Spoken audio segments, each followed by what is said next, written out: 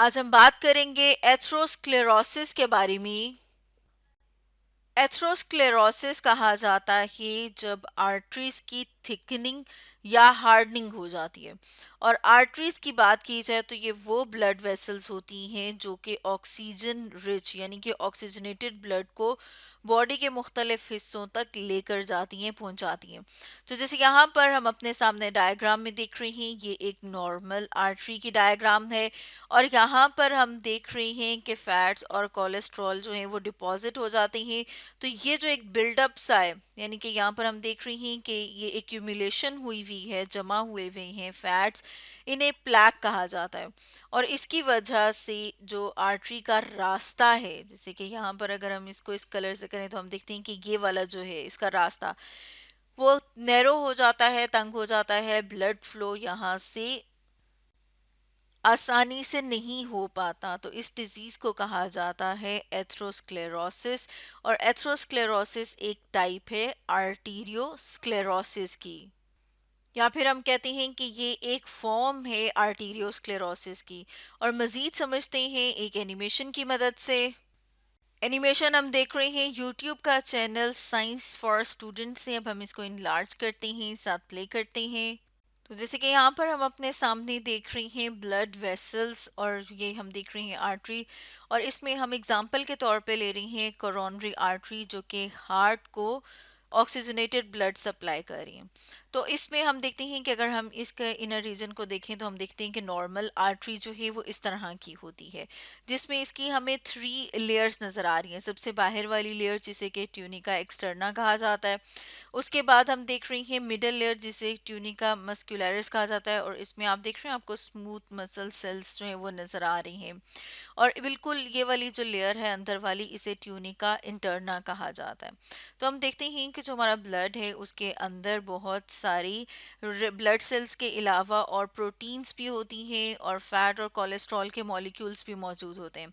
लेकिन अगर फैट के या कोलेस्ट्रॉल के मॉलिक्यूल ज़्यादा हो जाएं, जैसे यहाँ पर हम देख रहे हैं कोलेस्ट्रॉल और LDL, low density lipoprotein molecules, और ये जो यहाँ पर हमें ये जो येलो कलर की छोटी छोटी सी बॉल्स नज़र आ रही हैं, ये हैं। तो अगर हम सिंपलर देखें तो हम देखते हैं कि ये जो है ये बॉडी के जो ये अंदर मौजूद आर्टरीज हैं, उनकी ये जो लाइनिंग है जिन्हें कि एपिथेलियल सेल्स कहा जाता है, इसको क्रॉस करके अंदर चले जाएंगे। जैसे कि अगर हम यहाँ से देखें तो हम देख रहे हैं कि ये एपिथेलियल सेल्स हैं, ये उनको क्रॉस करें और क्रॉस करके अंदर जाएंगे, और अंदर जो है वो डिपॉजिट होना शुरू हो जाएंगे। और जब वो डिपॉजिट होना शुरू हो जाते हैं तो फिर उसके बाद जो है वो क्या होता है कि हम देख रहे हैं कि इन दोनों लेयर्स के दरमियान हमें एक सख्त सा प्लैक नज़र आ रहा है।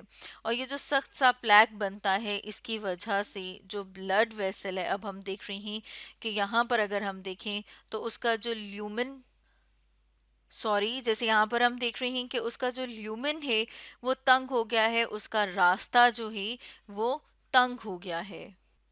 अब अगर हम इन डिटेल देखें कि ये जो प्लैक है वो डेवलप कैसे होता है, ये तो अभी हमने जनरल देखा है। तो इसके लिए हम देखते हैं एक और वीडियो जो हम देख रहे हैं यूट्यूब का चैनल फिजियोपैथो फॉर्मेको से। अब हम इसको इनलार्ज करते हैं और साथ में प्ले करके देखते हैं। तो जैसे कि हमने बात की थी कि जो एथरोस्क्लेरोसिस है वो कंडीशन है जिसमें लिपिड का प्लैक डेवलप हो जाता है आर्टरीज की वॉल के अंदर। और ये एक स्पेसिफिक टाइप है आर्टीरियोस्क्लेरोसिस की। और आर्टीरियोस्क्लेरोसिस जो है उसके उसमें होता है कि आर्टरीज की जो है वो हार्डनिंग हो जाती है। और एथरोस्क्लेरोसिस में स्पेसिफिकली हम देखते हैं कि जो लिपिड का प्लैक है वो डेवलप हो जाता है आर्टरी के अंदर, जिसकी वजह से आर्टरी नैरो हो जाती है, तंग हो जाती है, और उसकी जो वॉल्स हैं वो हार्ड हो जाती हैं। जैसे कि हमने एग्जाम्पल ली कोरोनरी आर्टरी की, और अगर कोरोनरी आर्टरी में जो है वो एथरोस्क्लेरोसिस हो जाए तो उसकी वजह से हार्ट अटैक हो सकता है। हार्ट अटैक जिसे कि मायोकार्डियल इन्फार्क्शन भी कहा जाता है।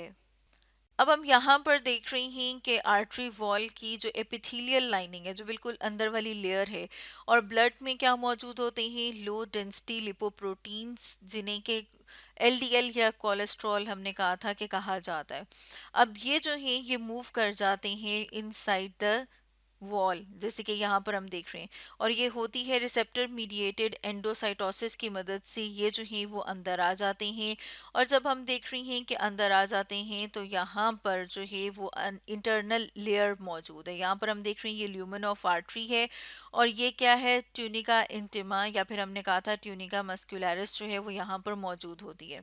अब एंडोथेलियल सेल्स जो हैं अगर वो डैमेज हो जाएं किसी भी वजह से, हाइपरटेंशन की वजह से, स्मोकिंग की वजह से, या हाई ब्लड ग्लूकोज के लेवल की वजह से, जिसे कि हाइपरग्लाइसीमिया भी कहा जाता है, या फिर हम देखते हैं कि हाइपर कोलेस्ट्रॉल, सॉरी, हाइपर कोलेस्ट्रोलिमा की वजह से, और इसमें क्या होता है, इंक्रीज हो जाता है एलडीएल का नंबर ब्लड सेल्स में, जैसे कि हमने लास्ट एनिमेशन में भी देखा था।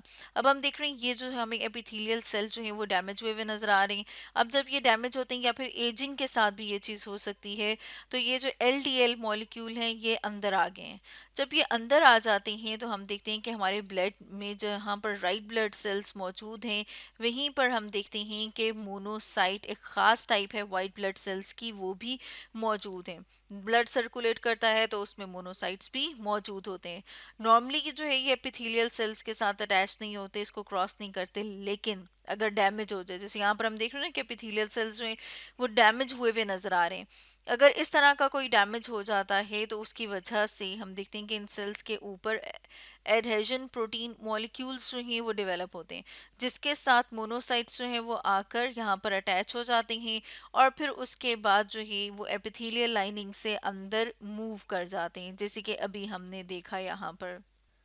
जैसे कि अभी हम दोबारा से देखेंगे कि ये जो हैं ये मूव कर रही हैं इनर साइड के ऊपर, और इनकी जो मूवमेंट है इस तरह से कि ये स्क्वीज करके मूव करें, इसे डायापिडेसिस कहा जाता है। तो अब हम देख रहे हैं कि ये अब इनके अंदर आ गई हैं, यानी कि आर्टरी की वॉल के अंदर आ गए।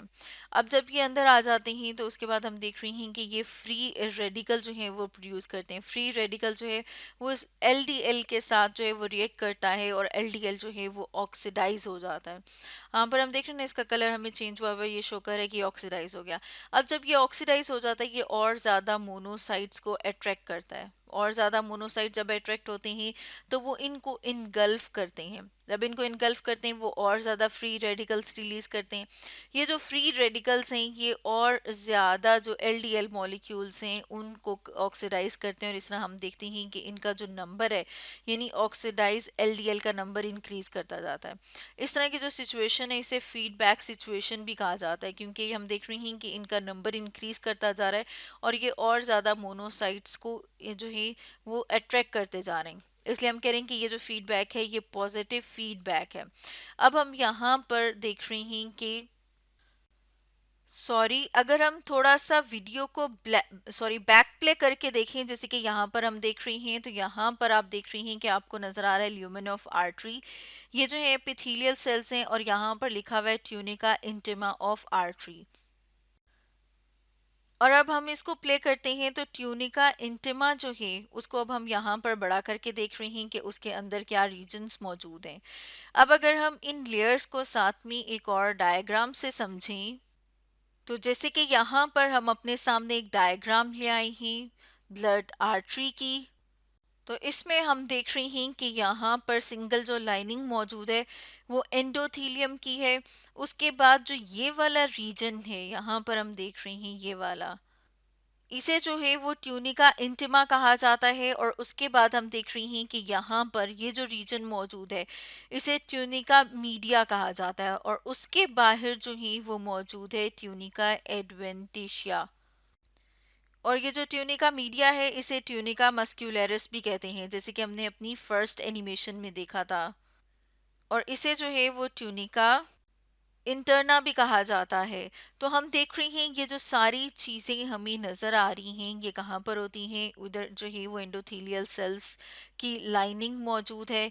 और एंडोथेलियल सेल्स से जब ये वाले ख़ास वाइट ब्लड सेल्स अंदर एंटर होते हैं तो ट्यूनिका इंटिमा में जो है ये सारा का सारा प्रोसीजर हो रहा होता है। तो यहाँ पर हम देख रहे हैं कि अब ये जो मोनोसाइट्स हैं ये क्या कर रही हैं, ये जो अब कोलेस्ट्रॉल जो कि ऑक्सीडाइज एलडीएल है ये उसको इनगल्फ करें। इसके साथ साथ हम देख रहे हैं यहाँ पर जो स्मूथ मसल सेल है इसने भी इससे अलग होके इनको इनगल्फ करना शुरू कर दिया। जैसे यहाँ पर हम देख रहे हैं कि ये भी इनगल्फ करें और ये भी इनगल्फ करें। अब जब ये बहुत सारी सेल्स को इनगल्फ कर लेते हैं तो अब हम इसे कहते हैं कि ये फॉर्म सेल बन गया है। अब हम इसे मोनोसाइट नहीं बोलते। और हम देखते हैं कि कुछ टाइम के बाद क्या होगा कि इनकी डेथ हो जाएगी और ये जो एलडीएल सेल्स हैं जो कि ऑक्सीडाइज एलडीएल सेल्स हैं ये यहाँ से बाहर आ जाएंगे। जब ये यहाँ से बाहर आएंगे तो ये और ज़्यादा मोनोसाइट्स को जो है वो अट्रैक्ट करेंगे। मोनोसाइट्स जो हैं वो अगेन इनको इनगल्फ करना शुरू कर देंगे और हम देखते हैं कि इस तरह से ये प्रोसीजर जो है वो चलता जाता है। और फिर हम देखते हैं कि बहुत सारे हमें कोलेस्ट्रॉल के मॉलिक्यूल्स और साथ में फॉर्म सेल्स और साथ में ये जो स्मूथ मसल सेल्स हैं ये नज़र आ रहे हैं। और अब हम देख रहे हैं हमें एंडोथेलियल सेल्स नज़र आ रही हैं आर्टरी के, lumen of artery, tunica intima artery का नज़र आ रहा है। तो हम देखते हैं कि यहाँ पर जो है ये सेल्स इस तरह से इकट्ठे होना शुरू हो जाते हैं, ये डिपॉजिट होना शुरू हो जाते हैं। जब ये इस तरह से डिपॉजिट होना शुरू हो जाते हैं तो ये हार्ड भी होते हैं साथ में, और इनके बाहर एक एपिथेलियल सेल्स की लाइनिंग हम देख रहे हैं डेवलप हो रही है। इसके साथ साथ हम देख रहे हैं कैल्शियम सॉल्ट जो ये यहाँ पर आता है उसको मज़ीद हार्ड कर देता है, मज़ीद सख्त कर देता है। अब हम इसे कहते हैं कि ये क्या है, ये एथरोस्क्लेरोसिस है जिसमें एलडीएल साथ में हम देख रहे हैं फॉर्म सेल्स जो कि मोनोसाइट्स ने इन सेल्स को इनगल्फ किया था तो बने थे, उनकी डेथ। और साथ में मसल जो सेल्स हैं, सॉरी स्मूथ मसल सेल्स जो हैं वो भी हमने देखा था कि यहाँ पर जो हैं वो हमें डिपॉजिट हुए हुए नज़र आ रहे हैं, जैसे कि यहाँ पर हम देख रहे हैं। तो इस ये जो है ये मिल के जो है वो एक प्लैक सा बना देते हैं जो कि फिर हमें इस तरह से हार्ड हुआ हुआ नज़र आता है, जैसे कि यहाँ पर हम देख रहे हैं। अब जब ये हार्ड हो जाता है तो इसे हम कहते हैं कि ये एथरोस्क्लेरोसिस है। और जब ये बहुत ज़्यादा हार्ड हो जाएगा तो ये इसके ऊपर जो सेल्स मौजूद हैं उनको भी डैमेज करेगा। जब यहाँ पर सेल्स जो हैं वो डैमेज हो जाएंगे तो फिर ब्लड में खास सेल्स मौजूद होते हैं जिन्हें प्लेटलेट्स कहा जाता है, वो यहाँ पर आके क्लॉट सा बना देते हैं। तो यहाँ पर हम देख रहे हैं ना, हमें ऐसे लग रहा है जैसे खून का एक लोथड़ा जो है वो जमा हुआ हो। जब ये क्लॉट बन जाता है तो इसे जो है वो थ्रोम्बस कहा जाता है। जैसे कि यहाँ पर हम देख रहे हैं अपने सामने कि हमने लिखा है कि ये थ्रोम्बस है। और अगर ब्लड सेल्स की मूवमेंट की वजह से ये जो है ये यहाँ से निकल के ब्लड में फ्लो करना शुरू कर दे तो फिर हम इसे इम्बोलस बोलते हैं, जैसे कि यहाँ पर हमने देखा। अब अगर हम इस पूरे प्रोसीजर को समराइज करें तो हम देखते हैं कि इसमें सबसे पहले क्या होता है कि ब्लड में जो है वो एलडीएल मौजूद है, और अगर यहाँ से एपिथेलियल सेल्स जो हैं वो थोड़ा डैमेज हो जाता है, और अगर डैमेज नहीं भी होता और एलडीएल सेल्स जो हैं उनका नंबर ज़्यादा है तो वो मूव करके अंदर आ जाएगा। और एपिथेलियल सेल्स जब डैमेज होते हैं तो वाइट ब्लड सेल्स उनके साथ अटैच होते हैं, और अटैच होने के बाद वाइट ब्लड सेल्स जो हैं वो अंदर आ जाते हैं। इस प्रोसेस को हमने कहा था डायपिडेसिस कहते हैं। अब ये जो वाइट ब्लड सेल्स हैं मोनोसाइट्स हैं ये फ्री रेडिकल्स को रिलीज करते हैं जो एलडीएल को कन्वर्ट कर देते हैं ऑक्सीडाइज एलडीएल में। अब ये जो ऑक्सीडाइज एलडीएल हैं इन्हें इनगल्फ कर लेते हैं मोनोसाइट्स, और जब ये बहुत सारे ऑक्सीडाइज एलडीएल को इनगल्फ कर लेते हैं तो इन्हें फॉर्म सेल्स कहा जाता है। अब फॉर्म सेल्स जो हैं जब बहुत ज़्यादा इनको इनगल्फ कर चुके होते हैं तो इन सेल्स की डेथ होनी शुरू हो जाती है। अब जब इन सेल्स की डेथ होती है साथ में कैल्शियम सॉल्ट ये सब मिलते हैं और मिलके एक हार्ड सा मटेरियल, एक हार्ड सा प्लैक बना देते हैं जिसे कि थ्रोम सॉरी प्लैक कहा जाता है। और उस प्लैक के साथ हम देखते हैं कि क्या होता है कि यहाँ पर जो एंडोथेलियल सेल्स डैमेज होते हैं वो प्लेटलेट्स को अट्रैक्ट करके एक क्लॉट बना देते हैं जिसे कि थ्रोम्बस कहा जाता है। और थ्रोम्बस जब अलग होके मूव करना शुरू कर दे तो उसे इम्बोलस कहते हैं। अब अगर हम रिस्क फैक्टर्स की बात करें तो उसमें हम देखते हैं कि जो स्ट्रेस है, अगर हम हेल्दी डाइट नहीं खाते, जंक फूड ज़्यादा खाते हैं जैसे यहाँ पर बर्गर शो किया हुआ है, या फिर हम प्रॉपर अपनी नींद नहीं लेते, स्लीप डेप्रिवेशन मतलब नींद की कमी होना, या फिर हमारा लाइफस्टाइल इस तरह का है कि जिसमें हम ज़्यादा देर बैठे रहते हैं, हम एक्सरसाइज नहीं करते, लैक ऑफ एक्सरसाइज, तो इस सारों की वजह से क्या होता है मैक्रोफेज की प्रोडक्शन ज़्यादा हो जाती है। मैक्रोफेज जो कि इनगल्फ करते हैं इन एलडीएल सेल्स को जैसे कि मोनोसाइट्स हैं। और फिर जैसे यहाँ पर हम देख रहे हैं कि ये कहाँ पर बनती हैं बोन मेरो से जो है वो फर्दर ब्लड सप्लाई होती है इनकी सप्लाई होती हैं इन्फ्लेमेटरी ल्यूकोसाइट्स। वो ख़ास किस्म के सेल्स होती हैं जो अट्रैक्ट करती हैं ल्यूकोसाइट्स को, वाइट ब्लड सेल्स को, जहाँ पर कोई इंजरी हुई हो। जैसे हमने बात की थी ना कि मोनोसाइट्स जो हैं वो बहुत ज़्यादा इस जगह पर आते हैं, अट्रैक्ट होते हैं और फिर वो यहाँ पर इकट्ठे होना शुरू हो जाते हैं। तो वो किस वजह से होता है? इन्फ्लेमेटरी ल्यूकोसाइट्स की सप्लाई की वजह से। और इस सब में ये रिस्क फैक्टर्स हैं और इनकी वजह से जो डिजीज डेवलप होती है उसे कहा जाता है एथरोस्क्लेरोसिस। तो स्टूडेंट्स, आज हमने स्टडी किया एथरोस्क्लेरोसिस के बारे में।